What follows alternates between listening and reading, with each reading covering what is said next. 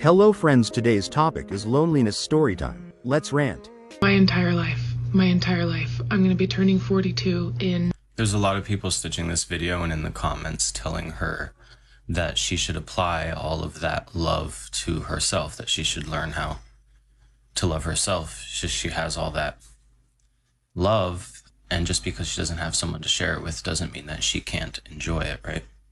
Y'all actually do not understand what love truly is. I'm just saying, you don't understand love, if that's your opinion.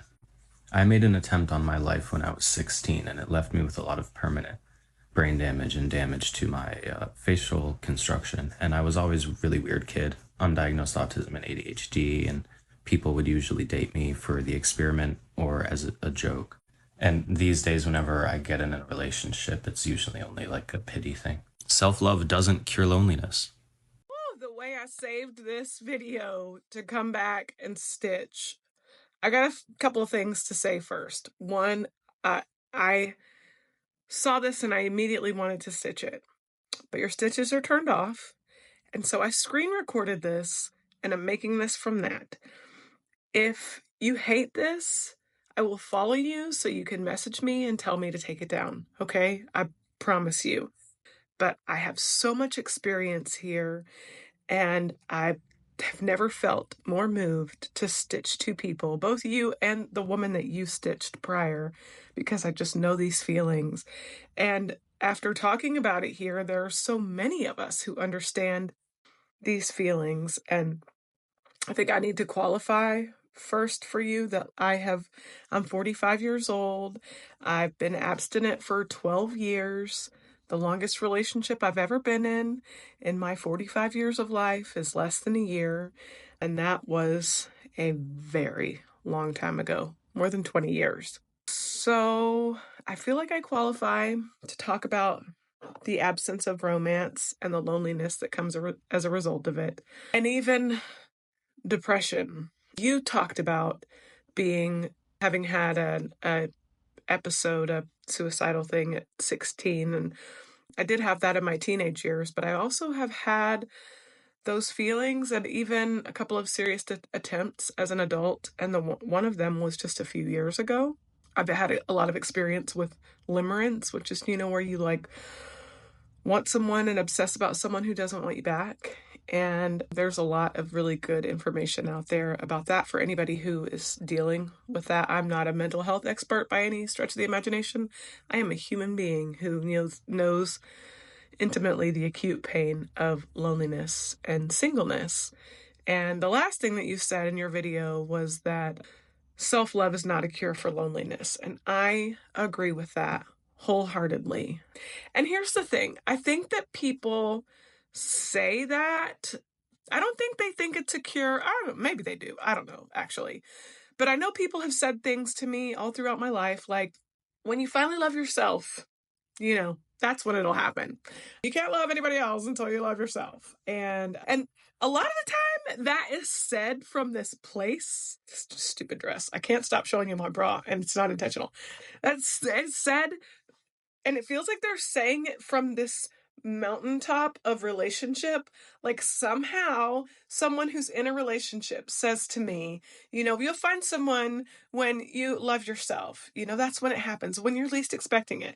And they say it to me from this mountaintop of human relationship. Like they're married or they're in a committed relationship. And it feels to me like they're talking down to me, like they have hit the pinnacle of humandom. And once I can finally climb to their peak, then I'll finally get it. It'll happen. He'll show up. And I've decided to give people lots and lots and lots of grace, because I don't think that's what they mean. I think they don't know what to say about the heartache, because it is heartache. What I think we should probably be talking about more so is that there are lots of things in this life that each of us would like to have happen, would want to experience or achieve. And some of us get to experience and achieve most of or all of the things that we want. I don't know, all. Are there people who get them all? Narcissists, maybe. And then there are many of us who there are things that just elude us. The thing is, I think that's tough about this is that romantic love and relationship is like, it's the thing that we're built to crave. It's the thing that we want more than anything else in most circumstances. We build our entire lives around romantic love and the hope of it or the person that we find it with. And so it's a huge thing to miss out on. What I have decided for myself, and this is why I wanted to make the video the most. It took me that long to get here. What I have decided for myself is that despite the fact that I would love to find my Mr. Right tomorrow, I have so much love to give him. I have so much love to give him.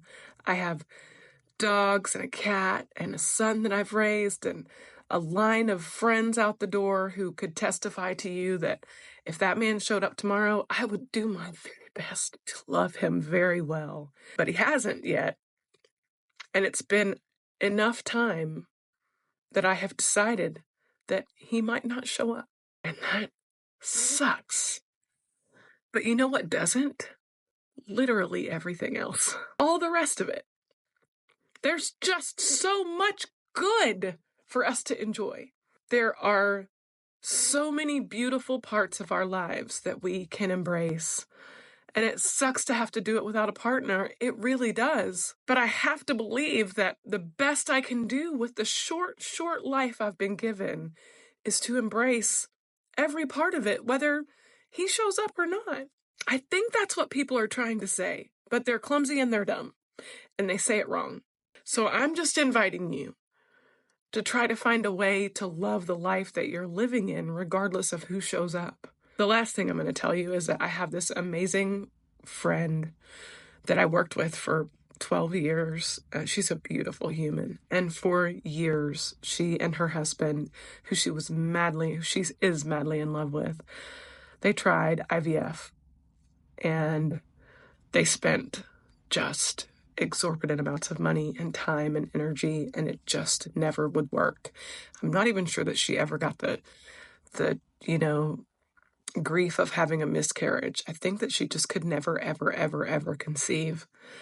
And she would say to me, but at least I have him. And then last week, this fit, healthy man was in an accident, and he was literally hit by a truck and killed suddenly in the middle of a weekday with no warning.